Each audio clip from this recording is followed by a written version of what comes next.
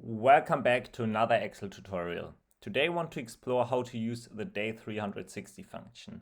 The DAYS360 function in Excel calculates the number of days between two dates based on a 360-day year. This 360-day year is often used in financial calculations to simplify interest calculations by assuming that each month has exactly 30 days. The function belongs to the group of date and time functions within Excel and calculates the number of days between two dates based on a 360-day year, which is used in accounting, like I said before.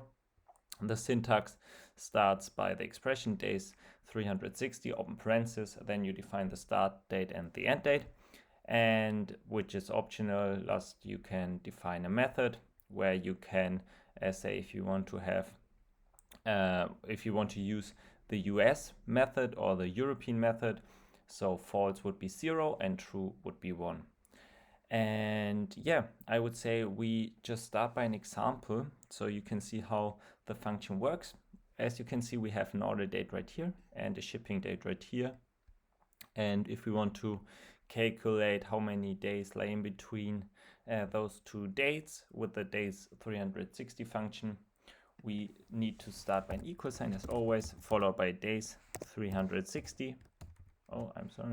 DAYS360. We open the parentheses, we select our start date, we select our end date, and I want to have the European method, so I type in 1. If I want to have the American method, I type in 0. I close the parentheses again and I hit enter. As you can see, we get to a really weird looking format right now. This is because this data is stored as a date.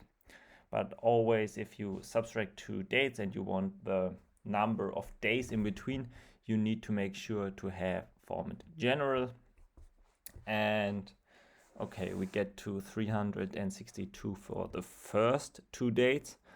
And yeah, here you can see what the DAYS360 function does. Pretty good, because this is 22nd March 2024 and this is 24th March 2025. So 1 year after, which is 360, would be the same date but in 2025.